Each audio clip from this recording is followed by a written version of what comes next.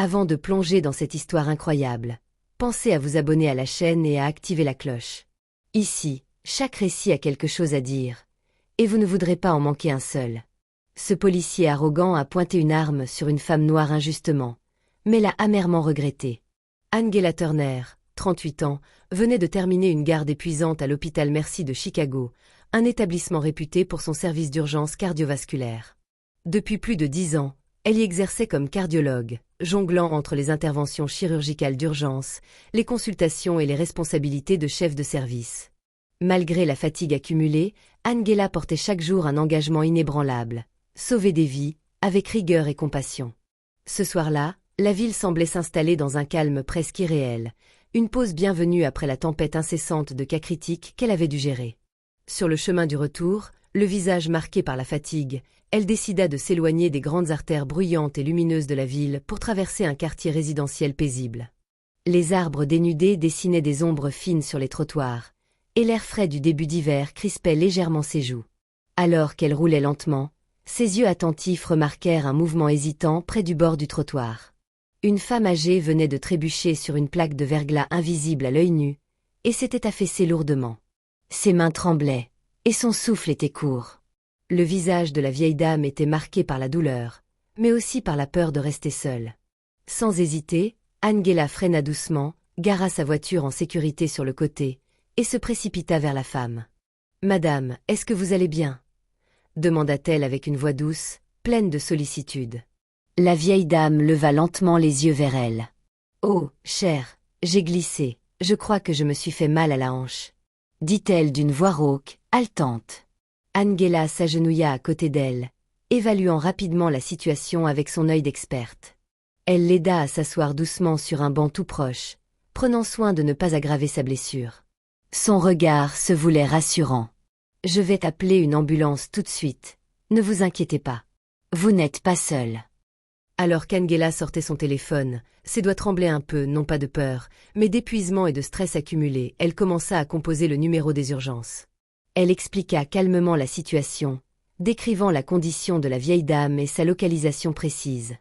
Mais soudain, le bruit strident d'un véhicule de police brisa le silence.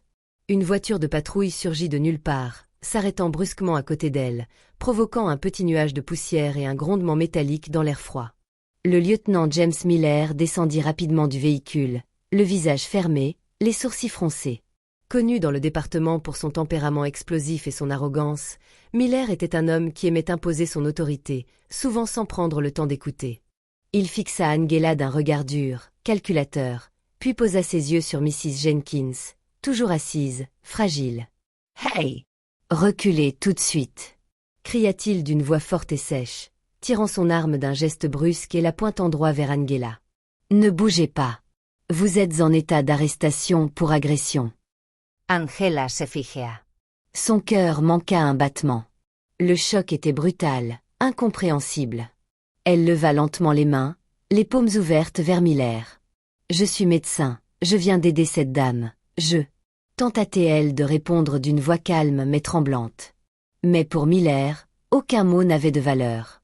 Son esprit était déjà embrumé par ses préjugés, alimenté par des années de stéréotypes et de suspicions systémiques.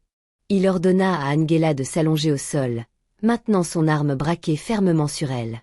Mrs. Jenkins, à côté, tremblait de peur. Ses lèvres remuèrent faiblement. « Elle m'a aidé, lieutenant, elle m'a aidé. » Son regard implorait Miller de baisser son arme. Dans la rue, les premières silhouettes commencèrent à apparaître.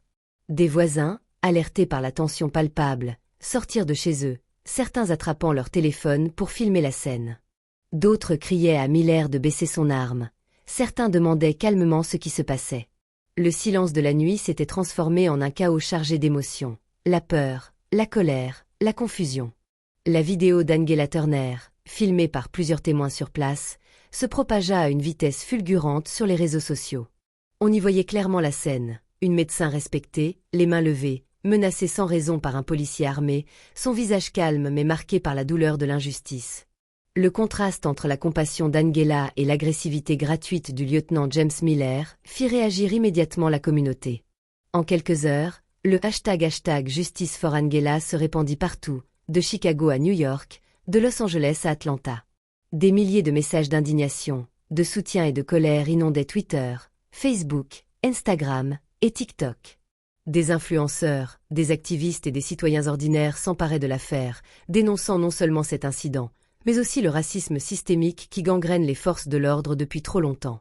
Pendant ce temps, Angela était placée en garde à vue, accusée à tort d'agression et de résistance à l'arrestation.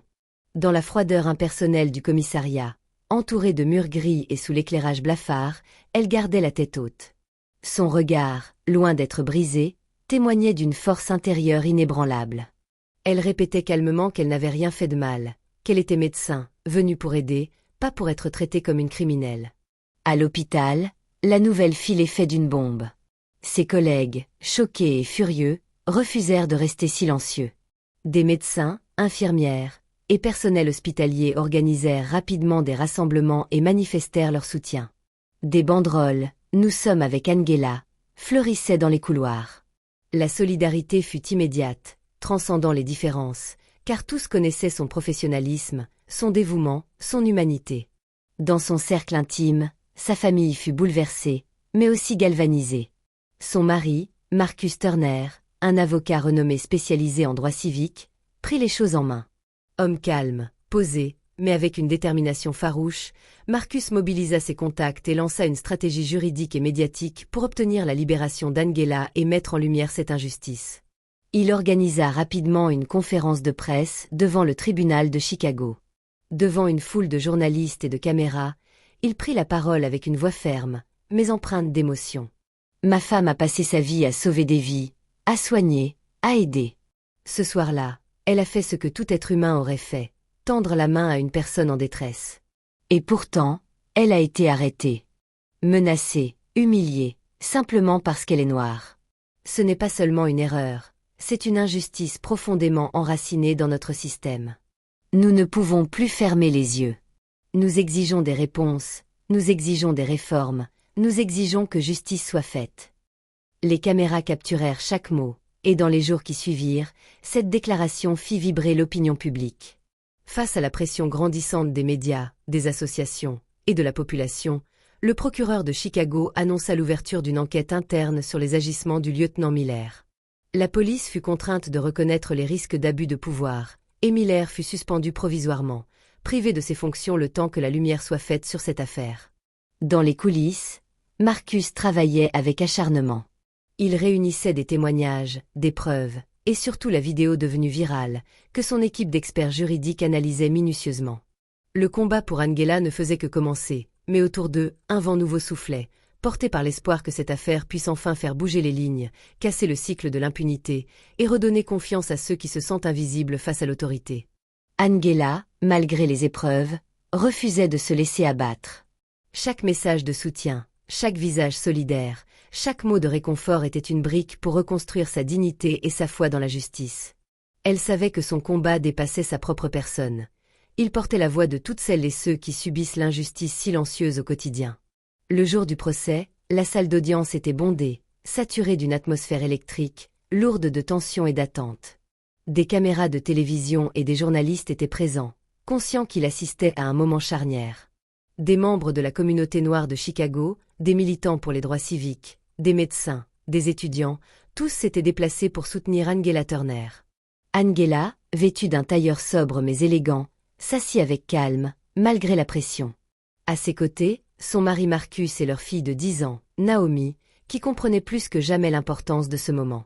Le lieutenant James Miller, en uniforme, était pâle, les traits tirés, conscient que ce procès allait sans doute changer sa vie. Son regard évitait celui d'Angela, comme s'il fuyait le poids de la vérité. L'audience débuta par les témoignages des voisins, des passants et des témoins présents sur les lieux ce soir-là. Tous décrivirent la scène avec une précision déconcertante. Angela aidant doucement Mrs. Jenkins, aucun signe d'agression ou de menace de sa part, et la réaction disproportionnée, violente et infondée de Miller. Puis vint le moment clé, la présentation de la vidéo devenue virale. Sur l'écran géant, on revit cette séquence terrible, Angela debout, les mains levées, et Miller pointant son arme, criant des accusations sans fondement. Les murmures parcoururent la salle, certains secouant la tête, d'autres les larmes aux yeux. Lors de son interrogatoire, Miller tenta de se défendre, la voix tremblante, hésitante. C'était un réflexe de peur. Je ne savais pas ce que j'avais en face de moi. J'ai agi en croyant protéger la communauté. Mais ces mots sonnèrent creux. Le procureur, implacable, démontra que cette peur ne justifiait en rien un usage aussi brutal et injustifié de l'autorité. Des preuves sur son historique professionnel révélèrent des incidents antérieurs, souvent étouffés, liés à des comportements similaires. Le juge, dans son rôle solennel, déclara après délibération. « Monsieur Miller, vos actes constituent un abus manifeste d'autorité, un harcèlement envers une citoyenne innocente et un comportement discriminatoire intolérable. Cette Cour vous condamne à une suspension définitive de vos fonctions, à des travaux d'intérêt général et à un programme obligatoire de formation à la diversité et au respect des droits humains. » Une vague de soulagement et d'émotion parcourut la salle. Angela fut officiellement libérée de toutes les accusations. Sa dignité, salie par des accusations mensongères, était enfin restaurée. Mais cette victoire allait bien au-delà de sa personne. Angela devint rapidement une figure emblématique du combat contre les violences policières et le racisme institutionnel. Forte de son expérience, elle fonda une organisation non gouvernementale, la Fondation Turner, dédiée à soutenir les victimes d'abus policiers, à fournir un accompagnement juridique, psychologique et social, et à promouvoir la formation et la sensibilisation des forces de l'ordre. Lors d'un discours solennel devant des centaines de personnes réunies au Centre culturel de Chicago, Angela prononça des mots qui marquèrent les esprits. « Ce que j'ai vécu n'est pas seulement mon histoire. C'est le reflet d'un problème bien plus grand, ancré dans nos institutions, dans nos mentalités. Ce n'est pas ma colère que je partage aujourd'hui, mais ma volonté profonde et immuable de changer les choses. Je suis une femme noire, médecin, épouse, mère et je refuse d'être réduite à une statistique, à une peur irrationnelle. Je refuse que d'autres subissent ce que j'ai enduré. Ensemble, nous pouvons bâtir une société plus juste, où le respect et la dignité ne seront pas des privilèges, mais des droits universels. » James Miller, quant à lui, sombra dans l'isolement. Son image ternie, ses soutiens disparus, il dut accepter la condamnation morale et professionnelle. Le programme de sensibilisation à la diversité et à la justice sociale qu'on lui imposa fut pour lui une leçon amère, mais aussi un miroir de ses propres défaillances. Pour Angela, pour sa famille et pour toute la communauté noire de Chicago, cette épreuve laissa une blessure profonde, mais aussi une lueur d'espoir. Le combat contre le racisme systémique et les abus d'autorité continuait, plus nécessaire que jamais, mais désormais porté par une voix forte, claire et indomptable.